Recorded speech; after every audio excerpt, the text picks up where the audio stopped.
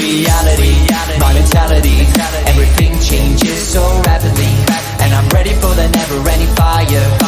Dancing with my deepest, dark desires. Miracle, how empirical.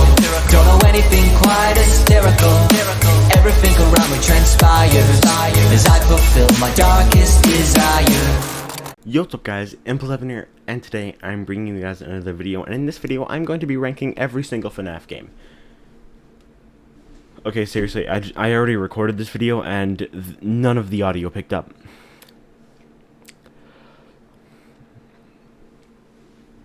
I'm pissed. But yeah, let's just get straight into this thing, because I don't want to have to record it a third time. Anyway, alright, so you may notice there's one FNAF game missing from here, and that is Freddy in Space 2. And the reason for that is because I've never actually played it, and I've never seen anybody play it. So, I don't know what happens in it. If you guys want, though, I could do a video or maybe two on Freddy in Space 2. I could play it if you guys want me to, but I'll only do it if you guys tell me I should in the comments down below. So go down into the comments right now, tell me, should I play Freddy in Space 2? So, first up, obviously, we have FNAF 1. The fact that it's the OG FNAF game, it's gonna put it in good immediately. But the animatronics, the animatronics great, the gameplay great, the lore very simple, and the theories about it back then great. So FNAF 1 is going into amazing straight off the bat. Next up, we have FNAF 2. Again, I'm gonna put this in amazing. I love the animatronics. The withered animatronics, really, really cool. The shadow animatronics, really confusing, but again, really cool. The toy animatronics, less cool, but still cool. Balloon Boy and JJ, not very cool, but still. The puppet, one of the best FNAF characters in the whole series. So, FNAF 2, great already from that. It's already going to go in at least good. But the gameplay is really, really fun. And, yeah, that's just going to put it in amazing. And back then, the theories about it, about FNAF 2, FNAF 1, and FNAF 3 at the time, FNAF 3, which is next, the theories about it, it was so cool to see how simple it was back then compared to what it is now. Like, the old MatPat theories, I'm fascinated by them. So yeah, next up we have FNAF 3. FNAF 3, I think, is kind of an underrated FNAF game, but it's still not the best game. The Phantoms are kind of lame. Just a little bit. My favorite Phantom is Phantom Mangle. The Phantom Mangle is only kind of a decent character, pretty much. Springtrap, amazing character. I will say that. But the game isn't scary, like, at all. The jump scares don't get me. Like, basically never. Sometimes Foxy gets me. Every once in a while Chica gets me. If I didn't realize Freddy was there, sometimes he gets me.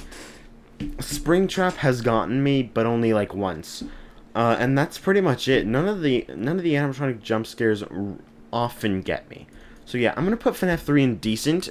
It's underrated, but I mean, still not the best game ever. FNAF 4.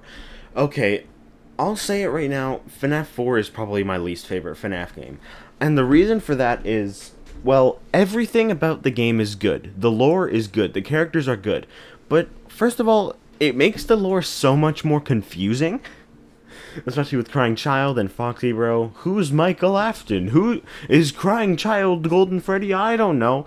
We don't know. We still don't know to this day. We don't know for sure, at least. But not just that, the gameplay of it isn't very fun, in my opinion.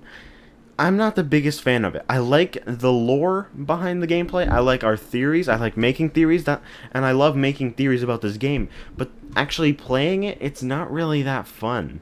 And the fact that you have to listen in for such a quiet noise, which is the breathing, and if you don't hear this very, very quiet noise, you get a loud jump scare in your face, and you have to like listen in really, really closely. But then if you flash the light when you're still close, you get the loud jump scare right in your face. And, like, even if it doesn't scare you too much, it's not very fun. At least in my opinion. You guys might have a different opinion. In fact, you probably do, but this is just mine. FNAF World, probably the most underrated FNAF game ever. The lore is not the best lore, and it's not really a traditional FNAF game, which is the only reason it's not in amazing or even best. Like if this was just rating games rather than if this was just rating games rather than specifically FNAF games, then this I would probably put into amazing. Because the gameplay is so fun. The storyline is really cool, but not as cool as the rest of the series, and that's really the only reason it's going in good. Sister location.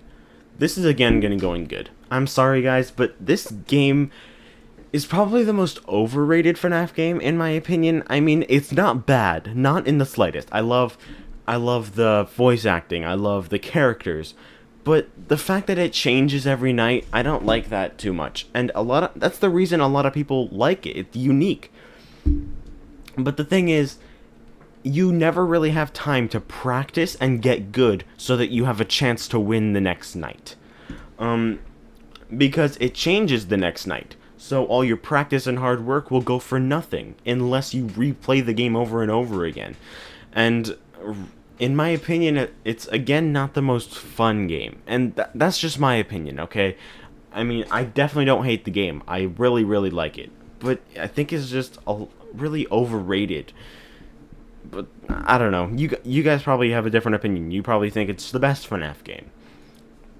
But yeah, I'm not the biggest fan of it. But I'm not the biggest fan of it. But I'm not gonna put it any lower than good because it does not deserve that. Next up, we have FNAF 6. FNAF 6, it has the same problems and great things about that FNAF 4 has. Everything is everything about it is good, except the gameplay. The gameplay is not very fun. The only reason I'm putting it higher up is because it's less confusing with the lore. I mean, it's still confusing, but it's less confusing. And the gameplay, it's not really more fun, but it's a lot more interesting. The fact that it's not 12 a.m. to 6 a.m., but you have to download things and then log off before you die. And I like that concept a lot, but it's just not really very fun. So I'm going to put FNAF 6 in to be honest. Ultimate Custom Night, okay. If FNAF VR didn't exist, Ultimate Custom Night would be the best. I'll say that. So Ultimate Custom Night obviously going in amazing. I love the gameplay of it. But the only problem I have with the game, and the only reason it's probably the only reason it's not my favorite FNAF game right now, is that the lore isn't very confusing. And after the Fazbear Fright stories, we know basically the entire lore behind it. I mean, there's still some theories. Some people believe different things, but we basically know what's happening in the game. And we did before those Fazbear Fright stories, too. It's not really a difficult game to solve. Maybe sometime down the line, I'm going to do a video on trying to solve it, or maybe do a bunch of separate videos, like what I'm doing with the FNAF 4 videos. Like, if you saw, I have a playlist now, which is FNAF 4 Explained, and, like, I'm going to be doing a bunch of theory videos relating to FNAF 4. Next up is probably going to be the Midnight Motorist one, because I think that's definitely connected to FNAF 4. But yeah, I might do a similar thing with Ultimate Custom Night. But, like I said, it's not too difficult to solve, and that's the only reason it's not my favorite, I think. Next up, we have FNAF VR, and that's by far my favorite game. It's basically every single previous game melded into one, but made scarier. And a lot more fun, and a lot more immersive, a lot more kind of realistic in a way too. And yeah, I just love the game so much. I know the lore is kind of controversial, but I really like it. People are just like, why did William come back again? But I'm just like, his most famous quote is "I always come back," and you're complaining that he comes back. Like, honestly, I don't really understand that. Obviously, it's just an opinion and you guys probably have a different one than me. But, like, I honestly don't really understand that argument. But anyways, it's fine. It doesn't matter. I know this is going to be a controversial video. Anyway, next up, we have FNAF AR. Probably the least popular FNAF game of all, if FNAF 3 isn't. FNAF AR, I actually think it's a really fun game. Back when it came out, it was my second favorite FNAF game. It would have gone here.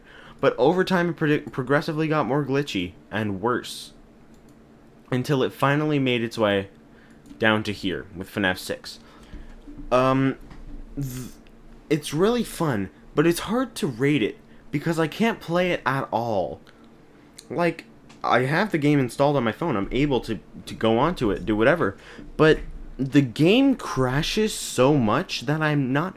Like, if I hop onto the game, do absolutely nothing, immediately go into a battle, it'll crash. No matter what. Always. I mean, I guess it depends what animatronic it is. If it's, like, a really serious one, like Frostbear or something like that. Or Springtrap. Or even just a regular skin. Or a scent animatronic. It always makes the game crash. And yeah, it's hard to rate the game if I can't play it. But based on what I used to be able to play, it would have gone in probably good right now. But now that I can't play it, it has to go down to at maximum. So yeah, and now the final game, the newest FNAF game, is Security Breach: Fury's Rage. This is going in good with FNAF World and Sis Location. This game was really fun, and the thing I most like about it is because there's theories going into it. There's lore in it with the Dreamgeist final boss. That is, there's a bunch of connections to Dream Theory with it and the box, and yeah, I think it's a really interesting boss. And there's a bunch of theories about it that could be true. Maybe multiple of them could be true. We don't know. But yeah, I really like Fury's Rage. It's a really fun game to play. Almost as fun as FNAF World, but not as fun. FNAF World is still the most fun game to play, I think. But yeah, now let's go through and rank every single one. FNAF VR, that's going to go first. FNAF 1 is going to go there. Ultimate Custom Night, right above FNAF 2. Next, yeah, I think that's my ranking for that one. And yeah, there's my ranking for all the FNAF games. FNAF VR, Ultimate Custom Night, FNAF 2, FNAF 1, FNAF World, Fury's Rage, Sis Location, FNAF 3, FNAF 6, FNAF AR, and FNAF 4. So yeah, let me know okay, don't be a dick in the comments, just give me your lists, because it is just my opinion, and yours probably differs. So just don't be rude in the comments, because it's all just an opinion. A game opinion. Alright, never mind, just scratch that. Leave your lists in the comments down below, and just don't hate on me for having an opinion. And yeah, I'll see you guys in the next video. Impulse 7 out, and peace.